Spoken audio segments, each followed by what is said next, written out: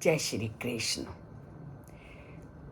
संसार अनेक लोगों से, अनेक विचारों से भरा हुआ है।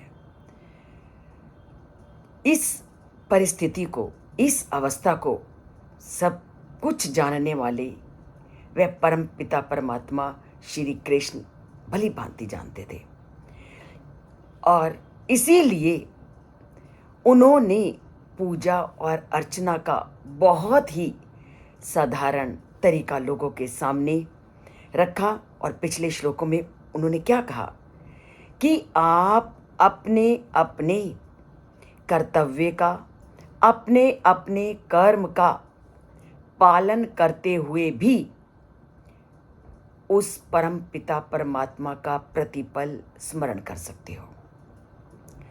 और उन्होंने कहा कि कहीं आपको जाने की आवश्यकता नहीं, कहीं आडंबरों में फंसने की आवश्यकता नहीं।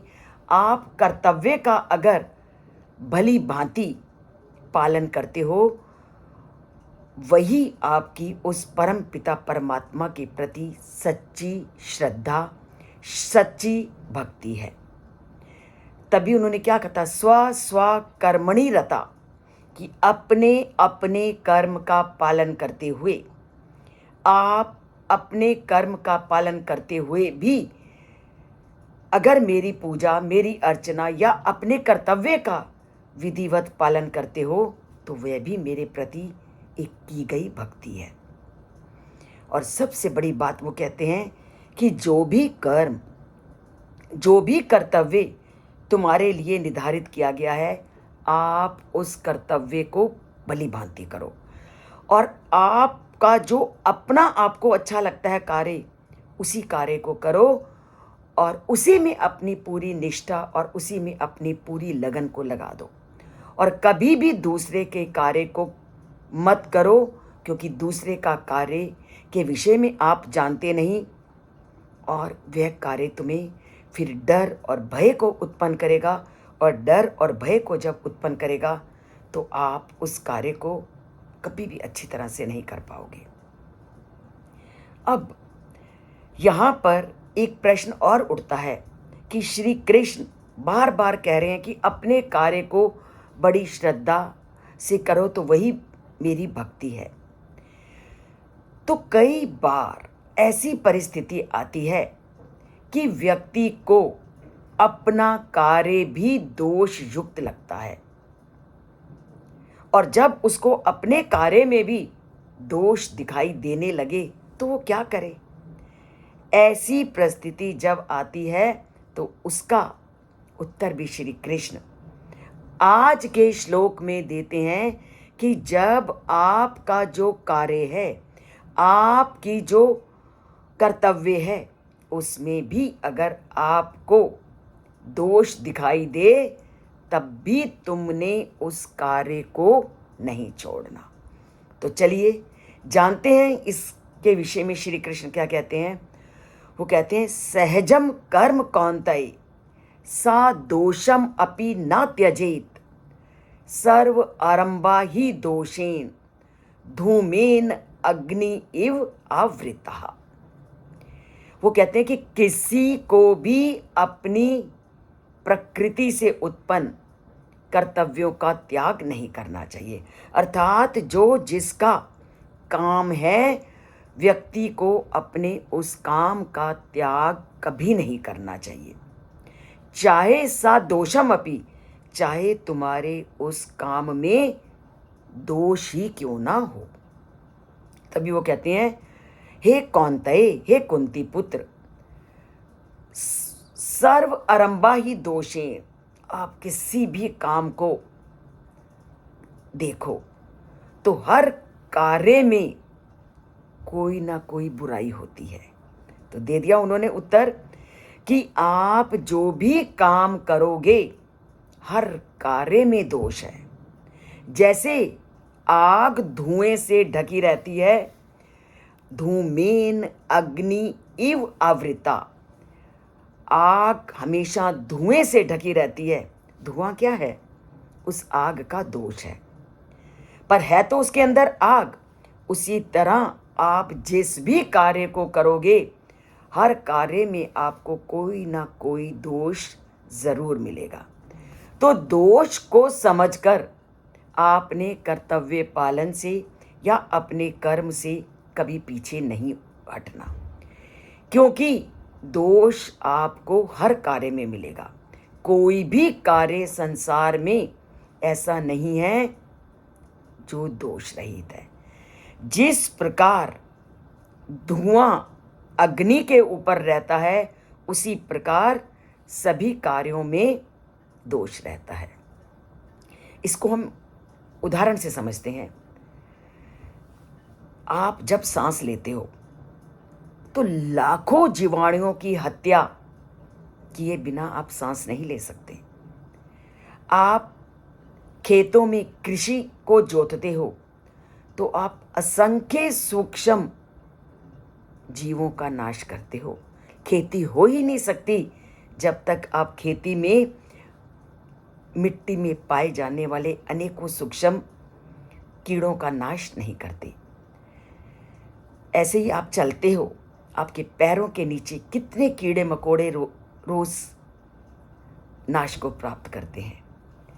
आप कदम कदम पर देखिए कि आप जो भी, चाहे चलने का काम लीजिए, चाहे सांस लेने का काम कीजिए, कुछ भी काम लीजिए, और दूर क्या जाते हो।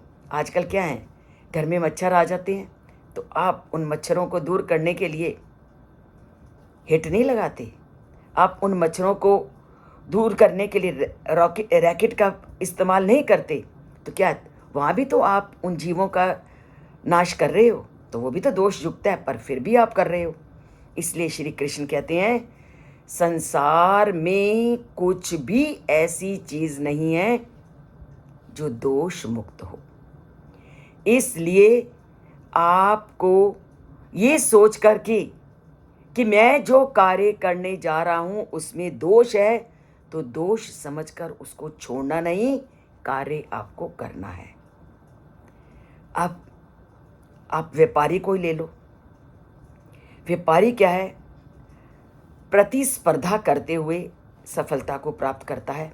एक ही क्षेत्र में एक ही चीज को बेचने वाले अनेकों लोग होते हैं, और हर व्यक्ति अपने व्यापार को आगे बढ़ाने के लिए दूसरे व्यापार की किसी न किसी तरह से धज्जियां उड़ाता ही है। तो ये भी क्या है, दोष है। तब अन्य लोगों को व्यापारी भी क्या करता है, धन से वंचित करता है। और इसी तरह जब हम भोजन करते हैं तो हम दूसरों को भोजन से वंचित करते हैं। हर व्यक्ति जो कुछ भी कर रहा है वो किसी ना किसी अन्य के विनाश के ऊपर ही वो अपनी जीवन को चला रहा है। वे सब हम किस लिए करते हैं, क्योंकि इसके बिना हमारी जीवन धारा चल ही नहीं सकती।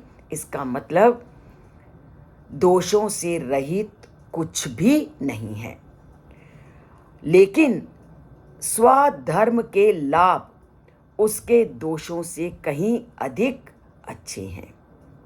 जब हम अपने धर्म का पालन करते हैं तो अपने धर्म के लाभ, उसमें जो हम किसी का दोष कर रहे हैं या दोष की प्राप्ति हो रही है, तो वो जो लाभ है वो अधिक होगा, दोष कम होगा।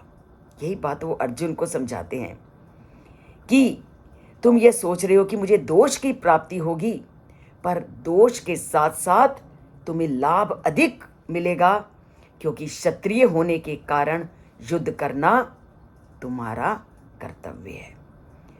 और इस बात को अनेक विदेशी विद्वानों ने भी और अनेक भारतीय विद्वानों ने भी अपनी अनेक पुस्तकों में इसका वर्णन किया है, और इस तथ्य को बड़े विस्तार से उन्होंने वर्णन किया है कि आप जिस भी कार्य को करोगे उसमें कुछ ना कुछ दोष जरूर होगा। और इसके लिए विदेशी वैज्ञानिकों ने भी बहुत खोज की, और जब भी हम एक कार्य करते हैं तो उससे कुछ ना कुछ दूसरे को हानि होती है। आप अगर एक व्यापार करता है, एक अगर व्यापार के क्षेत्र में उन्नति को प्राप्त करता है, तो वह दूसरे के व्यापार में कुछ न कुछ हानि तो पहुंचाता ही है। अगर उसने अपने व्यापार को लाभ पहुंचाया और दूसरे को हानि पहुंचाई, तो ये भी तो दोष है। तो कोई भी ऐसी चीज़ नहीं और कोई भी ऐसा कार्य नहीं जिससे कभी भी किसी को दोष की प्राप्ति ना हो। पर अगर लाभ अधिक है और दोष कम है, तो तुम्हें कभी भी किसी भी परिस्थिति में अपने कार्य को नहीं छोड़ना। तो श्री कृष्ण क्या कहते हैं कि जब जो कार्य तुम्हारे लिए निर्धारित किया गया है और जो कार्य तुम्हारी पसंद का है, उसी कार्य को आप पूरे मनोयोग से करो, क्योंकि ऐसे कार्य करने में व्यक्ति को आनंद आता है, और जब आनंद आएगा तो वह उस कार्य को और अधिक मन से करेगा और उसको और अधिक लाभ की प्राप्ति होगी। इसलिए श्री कृष्ण अर्जुन को ऐसे काम को करने और उसका त्याग न करने की उपदेश देते हैं जो उसके स्वभाव के अनुकूल हो। अर्थात जो कार्य हमारे स्वभाव के अनुकूल है, उस कार्य को हमने कभी नहीं छोड़ना, और जो हमारे स्वभाव के प्रतिकूल है उसको कभी नहीं करना। और स्वभाव के अनुकूल कार्य में अगर दोष की भी स्थिति आती है तो भी हमने उसको नहीं छोड़ना, क्योंकि वो अंततः अधिक लाभकारी सिद्ध होता है। तो इसके विषय में अनेकों उदाहरण और अनेक शोध किए गए हैं इस कार्य में कि जो कार्य तुम्हारी रुचि का है, वो कार्य अगर दोष युक्त भी है तो तुम्हें अधिक फलदायी होगा, बजाय कि जिस कार्य में तुम्हारी रुचि नहीं है, अगर उस कार्य को करोगे तो वो तुम्हें उतना फल देने वाला नहीं होगा।